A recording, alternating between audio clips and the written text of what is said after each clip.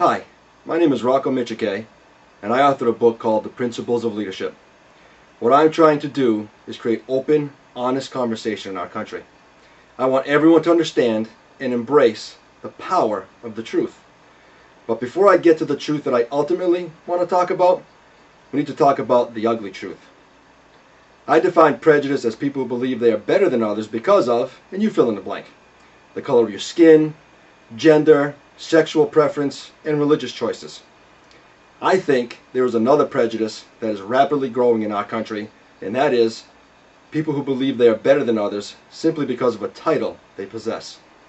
That attitude, coupled with the fact that these people are typically in leadership positions, is a recipe for disaster. I'm certain that it's that attitude that has caused the crisis our country is in today. I believe there are two levels of respect. The first you earn the day you were born. You earn respect because you are a human being. The second level of respect you earn through your actions and behavior. As a leader, this is the only way you can earn respect. If your actions and behavior are disrespectful to people at a human level, you will not be liked as a person, and most certainly will not be respected as a leader. If you lead by pointing the finger of blame at people, but refuse to hold yourself accountable for your actions, you will not be liked as a person. If you are closed, aloof, and dishonest in your conversations with people, you will not be liked as a person. If people ask you for assistance and you refuse to help because you think you are above it, you will not be liked as a person. If you refuse to seek the truth about who you are as a person and don't listen to what others have to say, you will not be liked as a person. Finally, if you don't care about people, they won't care about you, and you will not be liked as a person. I want you to think about this. Do you believe if our leaders had any leadership principles, we'd be in this crisis? Anger drove my passion to write my book, The Principles of Leadership.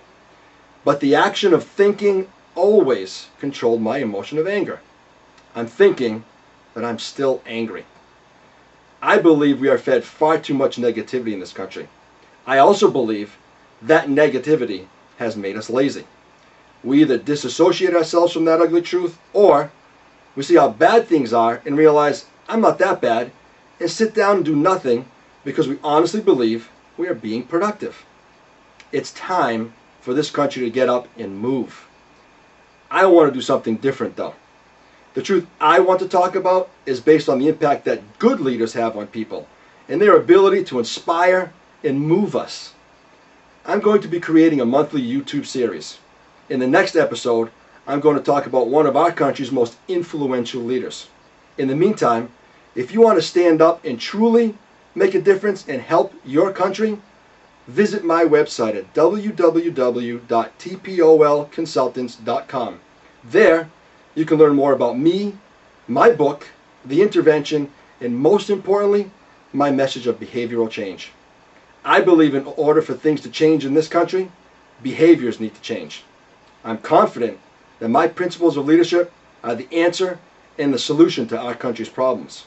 With that said, I want to leave you with one last thing for you to think about. My wife recently introduced me to a book. She believed it fit in perfectly with this open, honest conversation.